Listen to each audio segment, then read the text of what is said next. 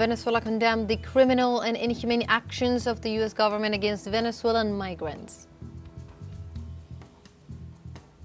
In Ecuador, a state of environmental emergency was announced after an oil spill occurred in the province of Esmeraldas, leaving thousands of families without access to water. And the Chinese government announced a comprehensive plan to boost the country's domestic consumption. Hello and welcome to From the South. My name is Belen de los Santos. I'm from the teleSUR studios in Havana, Cuba. We begin with the news.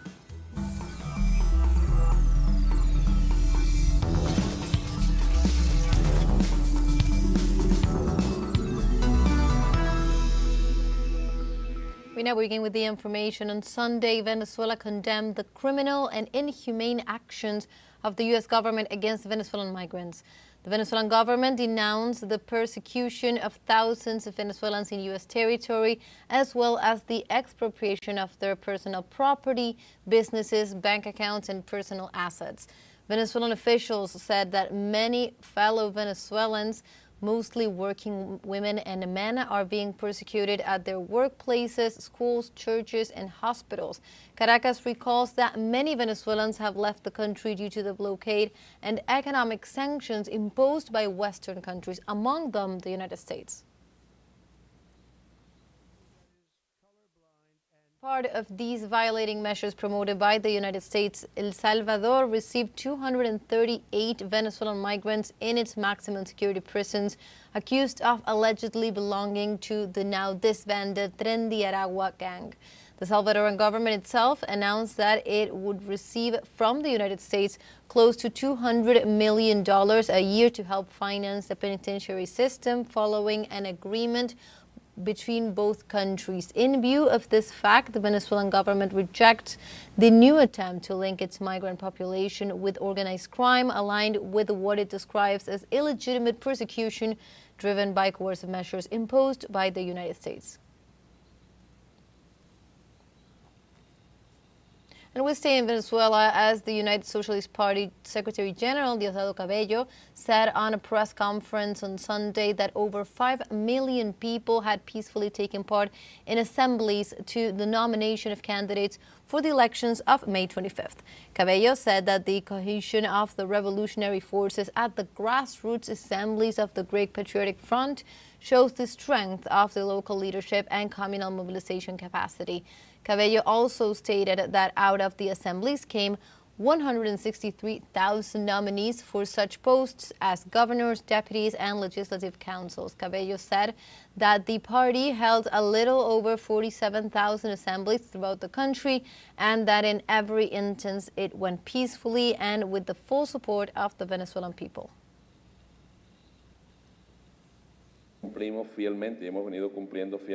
We have faithfully complied with what has been contemplated in the party regulations and with what was agreed at the party Congress. What comes next after this consultation, finalizing the numbers? At this point we have a complete report, 47,211 communities. That's the complete report, and let me tell you, the numbers are impressive. Also in this context, Venezuela's United Socialist Party Secretary General Diosdado Cabello said that 5 generations of the great historical bloc have taken part in peaceful assemblies where no one has been excluded. We've had 5 generations of the great historical bloc involved. Women, young people, the founding generation, the precursor generation, 15 years old and older, fully committed. All over Venezuela we watch assemblies being held under many different circumstances. Sometimes in a patio, a closed space, under a mango tree, under a tamarind tree, in a field, in a stadium bleachers, in a school, in a street. In some places they put an awning or several awnings, and there people gathered, and that is part of the movement, of the strength. There was no exclusions of any kind. Everyone who came to take part in it was welcome. And we go now to Cuba, as the latest report from the Ministry of Energy and Mines indicated that the recovery of the national power grid continues to move forward. Lázaro Guerra Hernandez, the General Director of Electricity of the Ministry of Energy and Mines, reported that the situation in the country was evolving during the course of the night and also of today. And so far, the country's electricity system has managed to interconnect from Havana to Guantanamo in the easternmost region of the country. Cuba's main thermoelectric power plant, Antonio Guiteras, was also ready to join the electric system, and Havana had already reported over 57 connected circuits. Work continues round the clock to ensure the full recovery of the system nationwide.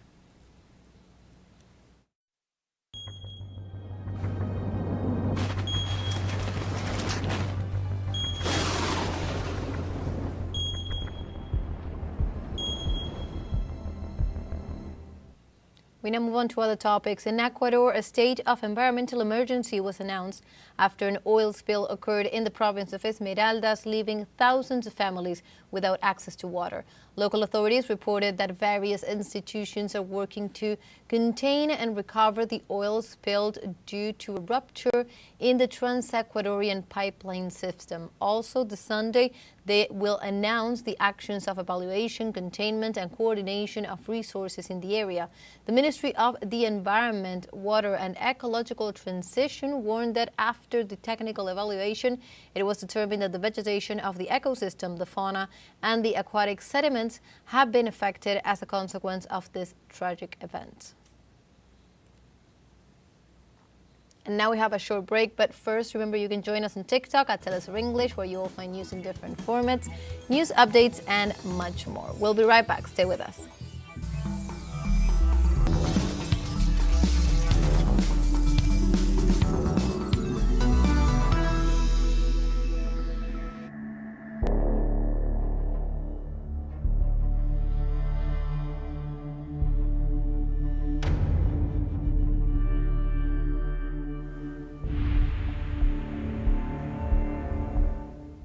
Welcome back to From the South. We continue with more information.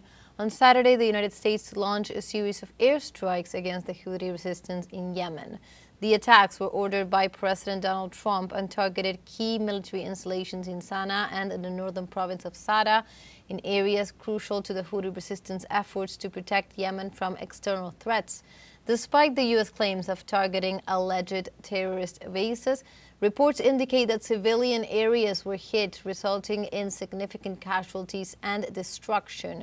Anis al-Ashabi, the spokesman for the health ministry, confirmed that at least 31 people were killed in the strikes.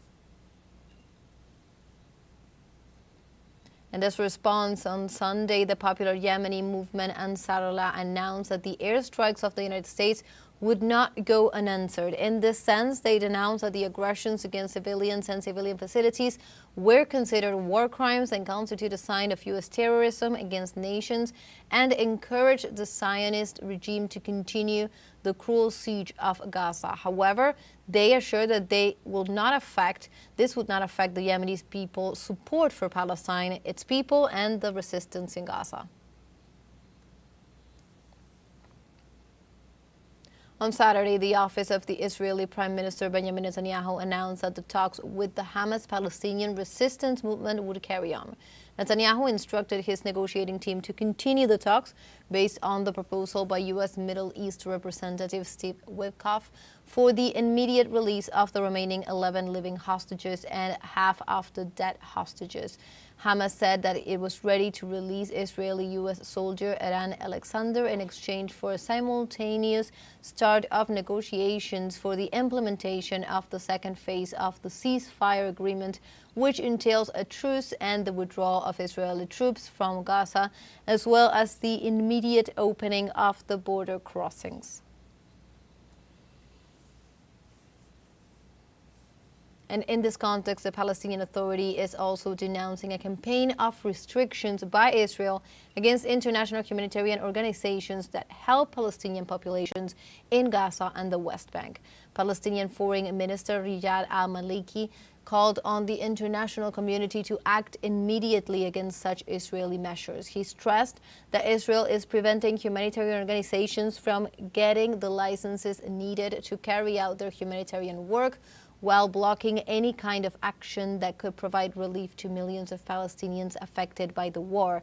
The Palestinian foreign minister said that with these strategies, Tel Aviv is seeking to isolate the Palestinian people and to conceal human rights violations committed by the occupation forces.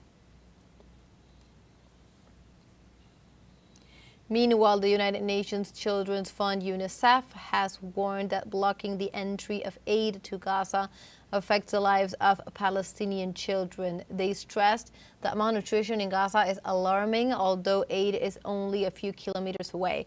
According to UNICEF, the situation in the coastal enclave is ambiguous due to the Israeli regime's violations of the ceasefire agreement, and they urged for an immediate humanitarian ceasefire to save the lives of the children and to put an end to their suffering. And in Syria, 1,500 is the number of people that were killed at massacres in the towns of Tartus, Latakia, Hama, and Homs. According to reports from human rights organizations, the number of civilians killed by the de facto government increased after two new massacres, which left 93 people dead. The organization warned that the majority of the victims of the repression belong to the Alawite minority, and they stressed that these attacks against the Syrian population violate the rights of the victims and of their families. We stay in Syria as the death toll from an explosion in a building in the coastal city of Latakia rose to 14 as rescue teams continue to search for possible survivors. The explosion that left the four-story residential building completely destroyed was due to an attempt by the owners of the hardware store to dismantle an unexploded ordnance in an unsafe way to extract copper. The Syrian Civil Defense reported that its rescuers recovered from under the rubble the bodies of a young man, a woman, and her daughter. It also explained that among the victims there are 4 women and an equal number of children, in addition to 18 injured, including 6 children. According to the entity, the death toll is still preliminary while search and rescue operations continue. Now we have a second short break coming up, but before, we invite you to visit our Facebook page at teleSUR English. There you'll be able to watch our top stories, special live coverages, and much more. Follow our page and activate the notification button to stay up to date on the world's most recent events. Final short break, don't go away.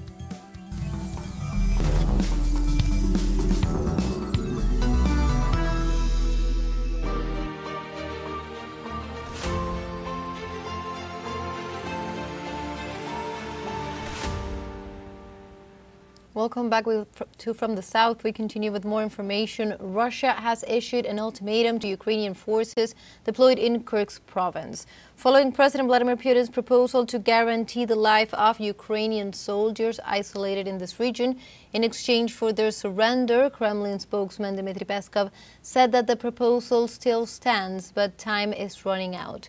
He said that if they lay down their weapons, their lives would be spared and they'd be guaranteed a dignified treatment in keeping with international law and the law of the Russian Federation. However, Ukrainian President Volodymyr Zelensky stated that his troops had not surrendered and continued to operate in certain areas of Kursk.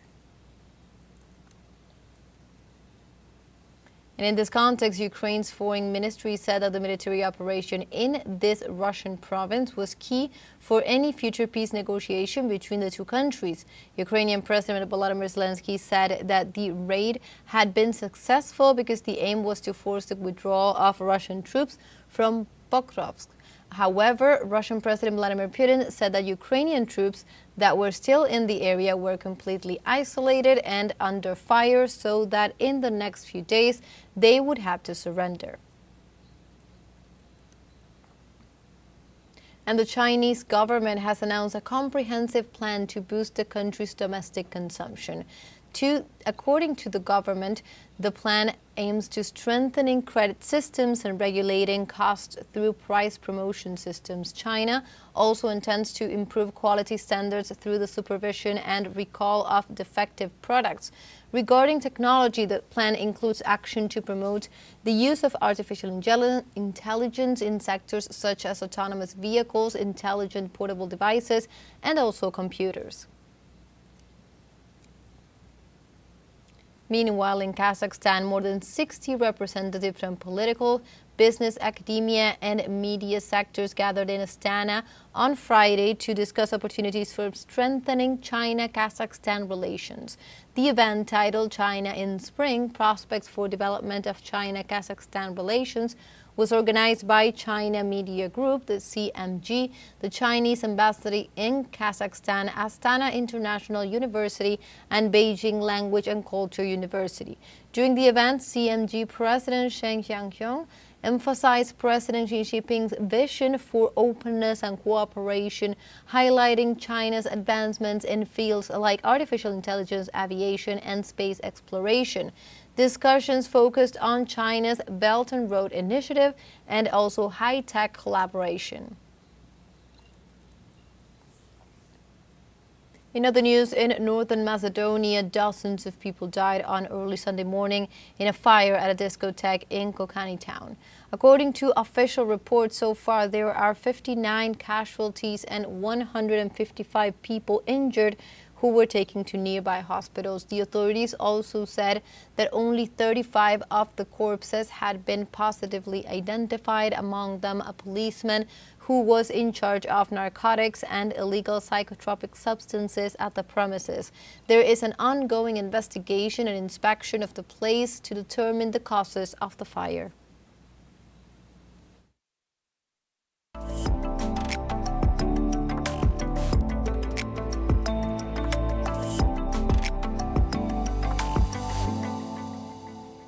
And China launches scenic tourism experience through several southwestern provinces on board of a panda-themed train. The tourism initiative seeks to connect various scenic and cultural attractions in the region while offering an opportunity to enjoy the spring scenery and the attractions of each region.